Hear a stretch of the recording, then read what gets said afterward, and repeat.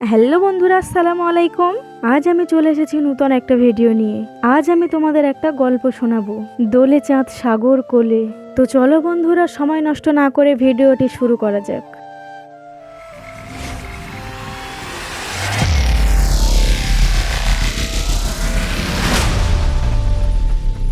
বিশাল পৃথিবী, বিশাল আকাশ, বিশাল সাগর মহাসাগর, এত যে বিশাল, তার চেয়েও বিশাল হতে পারে মানুষ এবং মানুষের হৃদয়।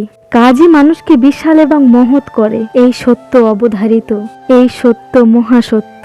এমনটাই প্রমাণিত হয়ে আসছে পৃথিবীর প্রথম থেকে। সৎ এবং মহৎ মানুষেরাই পৃথিবীকে আবাদ করে আসছেন, সত্যের ফসলে ভরে তুলছেন এই সবুজ পৃথিবী। যুগে যুগে নবী রসুলগণ এই ফসল ফলিয়েছেন নিরন্তরভাবে। তাদের অনুসারীরাও একই চাষবাস করে গেছেন। রসুল মুহাম্মদ সাল্লাল্লাহু আলাইহি ওয়াসাল্লাম তারই উজ্জ্বল দৃষ্টান্ত। তিনি ছিলেন মহানক্ষত্র, আর তার সাহাবীগণ ছিলেন এক একটি নক্ষত্র।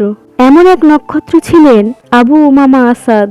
আবু উমামা আসাদ, যিনি আল খায়র নামে পরিচিত, মদিনার খাজরাজ গোত্রের নাজ্জার শাখার সন্তান। তার পিতা জুরারা ইবনে আসাদ। মৃত্যুকালে হযরত আসাদ দুটি কন্যা সন্তান রাসূল সাল্লাল্লাহু আলাইহি ওয়াসাল্লামের কাছে জিম্মায় ছেড়ে যান। রাসূল সাল্লাল্লাহু আলাইহি ওয়াসাল্লাম আজীবন তাদের দেখাশোনা করেন।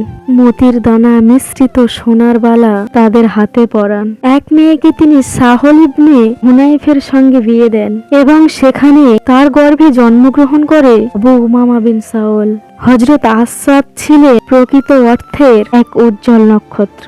তিনি ছিলেন জ্যোৎস্না প্লাবিত এক চাঁদ, যে চাঁদ দোলে সাগরের বুকেও।